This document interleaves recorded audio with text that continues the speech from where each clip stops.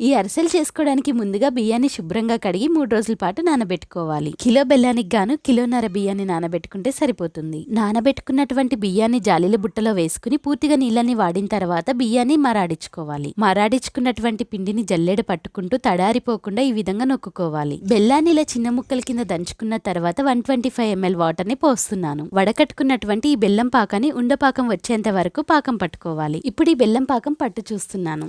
ఈ విధంగా ఉండైతే సరిపోతుంది. స్టవ్ మీద నుంచి గిన్నెని కిందకి దించుకుని 1 టీ స్పూన్ ఇలాచి పొడి వేస్తున్నాను. ఇలాచి పొడి కలుపుకున్న తర్వాత 1 టీ స్పూన్ నెయ్యిని వేస్తున్నాను. అలానే మీ రుచికి సరిపడా నువ్వుల్ని వేసుకోండి. నువ్వుల్ని పాకంలో కలుపుకున్న తర్వాత ఇప్పుడు దీంట్లో పిండిని వేసి కలుపుకోవడమే. చూడండి, మనం కలుపుకున్నటువంటి పిండి ఈ కన్సిస్టెన్సీ వచ్చిందంటే సరిపోతుంది. ఇది ఆరిన తర్వాత ఇంకొంచెం గట్టిపడుతుంది.